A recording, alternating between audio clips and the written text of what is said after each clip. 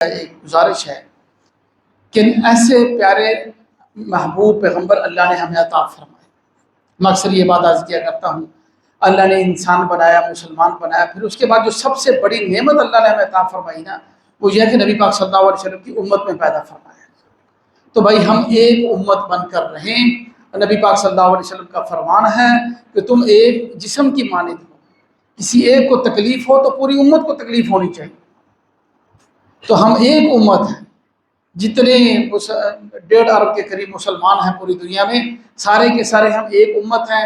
ہم میں سے کوئی فرقہ نہیں ہے، کوئی مسلک نہیں ہے، کوئی قوم نہیں ہے، کوئی زبان نہیں ہے، وہ سارے کے سارے اپنی اپنی پہچان ہے، لوگوں نے بنائے ہیں، لیکن ہم پہلے نمبر پر نبی پاک صلی اللہ علیہ وسلم کی امت ہی، باقی پہچانیں ہماری ساری بات تھی۔ تو اس لیے آج اگر امت کا کوئی ایک فرد پریشان ہوتا ہے، پوری امت کو پریشان ہونا چاہیے۔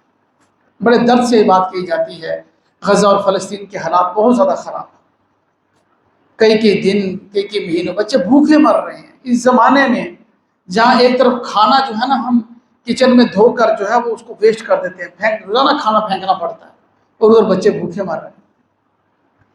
یہ بڑی کبھی افسوس ہوتا ہے کہ پتہ نہیں اس بات پر اللہ ہماری چھوٹ ہو جائے گی یا نہیں ہو، پکڑنا فرما لے اللہ کہ تم زندہ تھے اور تمہارے بھائیوں کے ساتھ یہ ہو رہا تھا۔ تو بھائی اپنی آخری حد درجے کی، یہ بھی تو بس اتنی کمزور ہے، حد درجے کی بالکل آخری جو انتہائی کمزور ایمان والی بات ہے وہ یہ ہے کہ ان کے لیے ہم دعا ضرور کیا کریں۔ وہ محبوب کی امت ہیں، اس کا کلمہ پڑھنے والے ہیں، اور یہودیوں نے اور یہود و نصارہ نے بلکہ ان کا جو ہے وہ سارا بند کیا ہوا ہے اور ان کو معصور کر کے رکھ دیا۔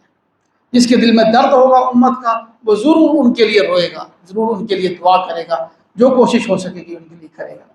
فلوٹیلا آج کل جو ہے منظر عام پر ہے، جو نوجوان سوشل میڈیا دیکھتے ہیں، اس کے اندر ہمارے کچھ پاکستانی بھی ہیں۔ ایک پیر مظہر حسین شاہ صاحب ہیں، سینیٹر مشتاق صاحب ہیں، اور کافی لوگ اس کے اندر 5-7 لوگ ہمارے پاکستانی، مختلف ممالک کے لوگ، ایک قافلہ کشتیوں کا سمندر کے راستے جو ہے نا وہ وہاں کا محاصرہ توڑنے کے لیے جا رہا ہے غزہ کا۔